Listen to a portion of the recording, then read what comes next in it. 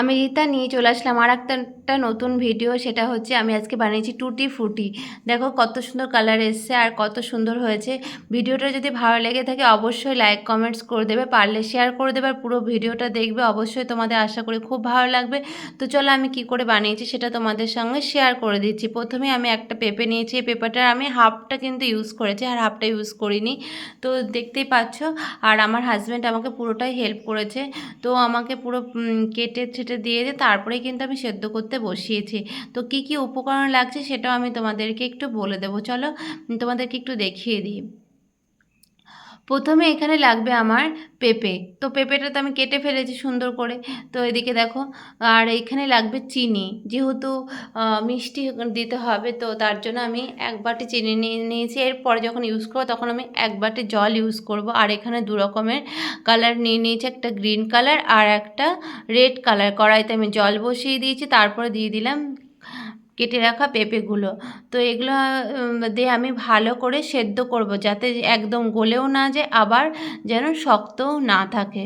তো চলো, সামান্য কিছুক্ষণ ঢেকে দেওয়ার পরে দেখো প্রায় রেডি হয়ে গেছে। তোমাদেরকে আমি দেখিয়েও দিচ্ছি যে কীরকমভাবে রেখেছি। দেখো একদম গলেও যায়নি, আবার একদম শক্তও নেই। এরকমভাবে রাখতে হবে যাতে চিনির রসটা পেঁপের মধ্যে চলে যায়। তো এদিকে দেখো একদম ধোয়া ওঠা রয়েছে, আমি জলটা যেহেতু ঝরিয়ে রেখেছি। আর এদিকে আমি কড়াইতে দিয়ে দিলাম 1 বাটি চিনি আর 1 বাটি জল। তোমরা এরকমভাবে বাড়িতে বানিয়ে রাখতে পারো। এগুলো কিন্তু অনেক দিন স্টোর করে রাখতে পারো ফ্রিজে। তো তোমাদের অনেক কাজেই লাগবে, যেরকম আমরা কেক বানাই, তারপরে তোমার অনেক খাবারও যায়। তো দেখো এদিকে আমার প্রায় আমি এটা 20 থেকে 30 মিনিট ফুটিয়েছি, যাতে চিনির রসটা ভালোভাবে পেঁপের মধ্যে চলে যেতে পারে।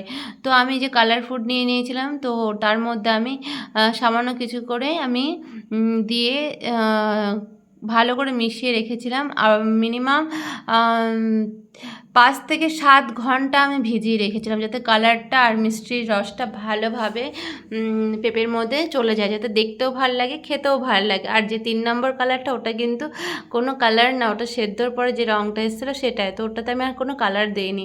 তো দেখতে পাচ্ছ কালারগুলো খুবই সুন্দর এসেছে। এবার এইগুলোকে ফাইনালি আমি কি করে রেডি করলাম সেটা তোমাদেরকে একটু দেখাচ্ছি, চলো।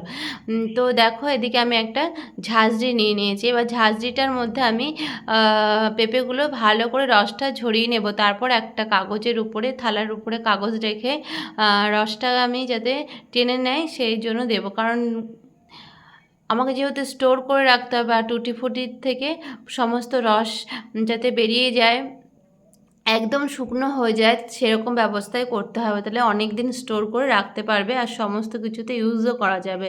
তো কালারটা কিন্তু সত্যিই খুবই সুন্দর এসেছিলো, তোমরা দেখে বুঝতেই পারছো। এরকম করে তোমরা কিন্তু বাড়িতে অবশ্যই বানাবে, খুব ভালো লাগবে। তো যাই হোক, এই যে দেখতে পাচ্ছি একদম আমার থালার সাথে একদম ম্যাচ হয়ে গেছে আর এত সুন্দর লাগছে দেখতে।